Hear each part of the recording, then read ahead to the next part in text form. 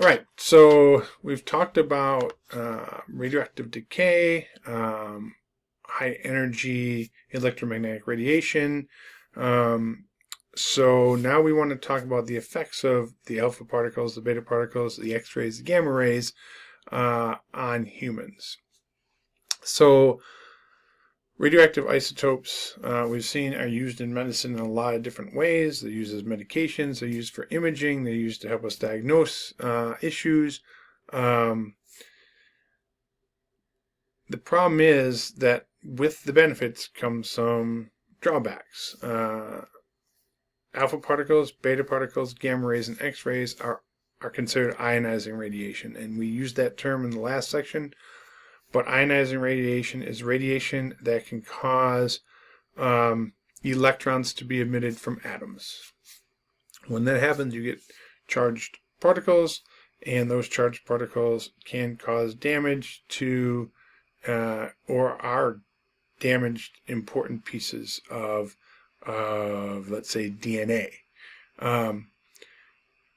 When that happens, mutations can happen in cells, and those mutations can cascade through generations of reproduced cells, and then we start talking about maybe cancerous cells. Okay, so while radiation can be really beneficial to humans, it can also be not so good to humans. And again, we use this kind of balance to keep things in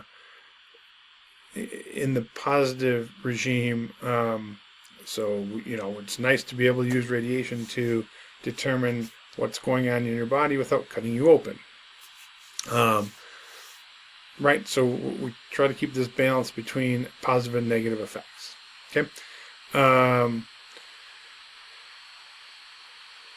So ionizing radiation is most harmful to things that reproduce very rapidly, cells that reproduce very rapidly, because if you cause damage to a cell using ionizing radiation, and it reproduces itself and produces another cell that is, another two cells that are now damaged, things that reproduce quickly, this issue compounds itself very quickly.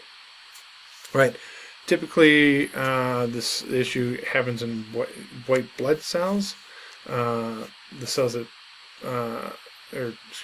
white blood cells, cells that produce blood, and cancer cells, because all of those types of cells reproduce very quickly.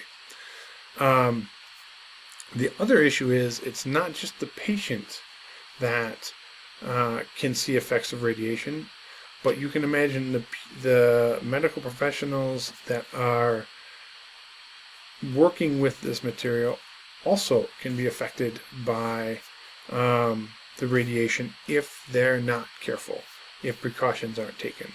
So you can see at the bottom right here, there's this image of this little tag. And that little tag is measuring the amount of radiation that worker is seeing in the amount of time they're working with the radiation.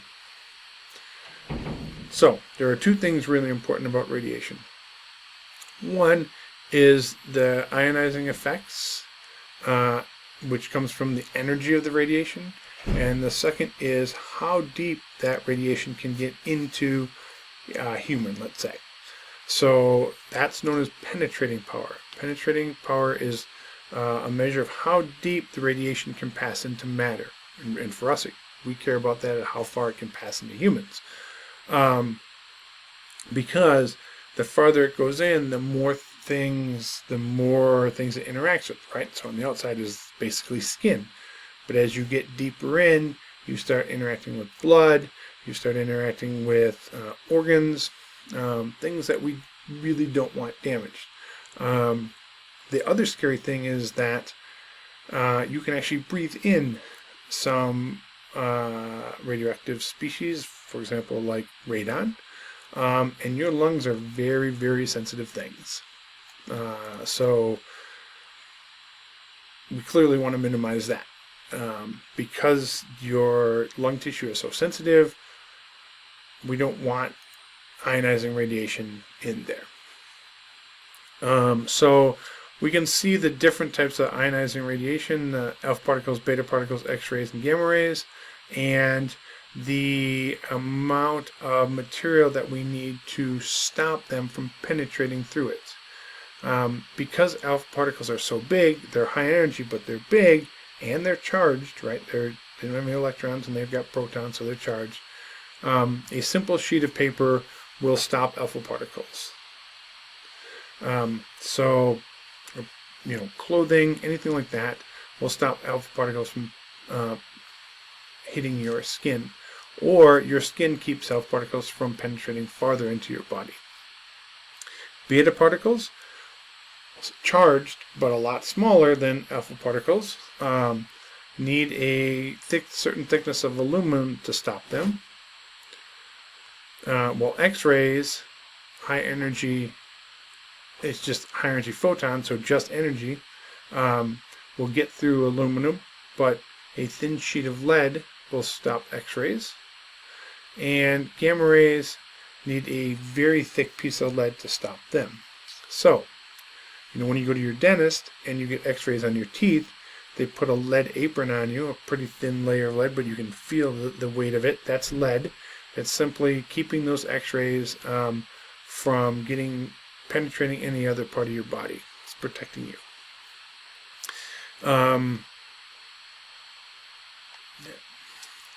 So radiation sickness comes from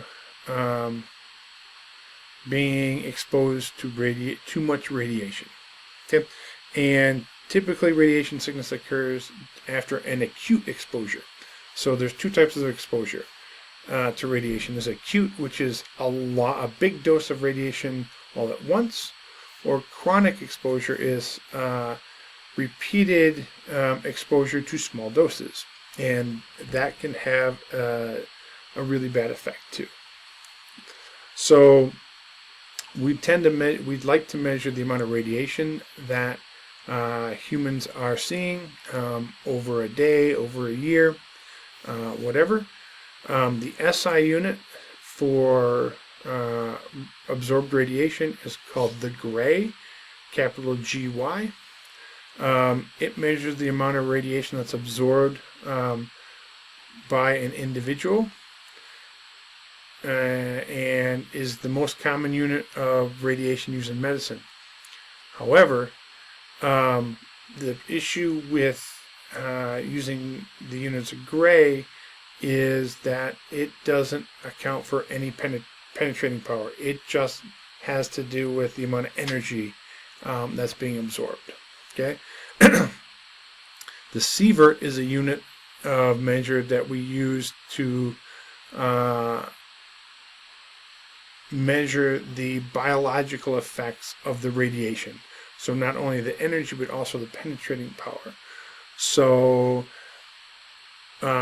background radiation, just the radiation we see by living life and walking around, is 0.0024 sieverts per year. Clearly, that will vary depending on where you live. If you live at higher altitude with less atmosphere, you're going to have a little higher count than that because of what the sun is producing. If you live in an area where there's a bit of radioactive material, then that's going to go up, and so on and so on and so on. But on average, background radiation, just radiation you get from radioactive species that just naturally occur, are 0.0024 sieverts. Now, if we go and look at issues that are caused by radioactive exposure or exposure to radioactive systems, if we want to talk about this thing called effective dose measured in sieverts, remember we said that background radiation is 0.0024, so that doesn't even register here. So based on sieverts, if you're exposed between 0.05 and 0.2 sieverts, you don't have any symptoms. there shouldn't be an issue with that amount of radiation, you absorbing that amount of radiation. Once we get to a bit higher, and we have an acute exposure that gives us a low dose but higher than what we want, we can see some temporary decrease in white blood cells. And we can keep going up, and you can read these. If our dose is between 1 and 2 sieverts, we get LD10, which means 10% of the people that get that dose die. Okay, LD means lethal dose. So LD10 means at that dose, 10% of the people that get that dose it's fatal.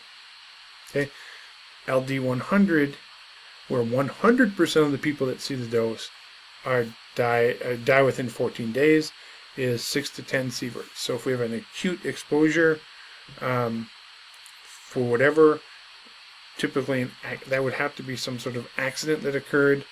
Your exposure to that much radiation, you could be at like a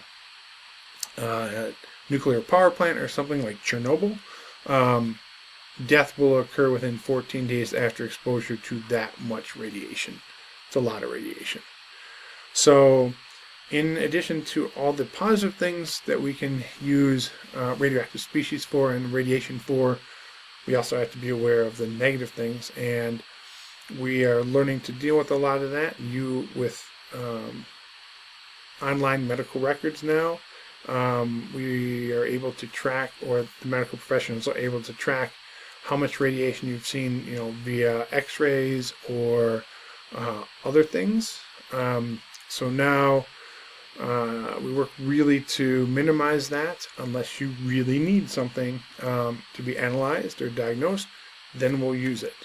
But there's definitely risk weighed with benefits.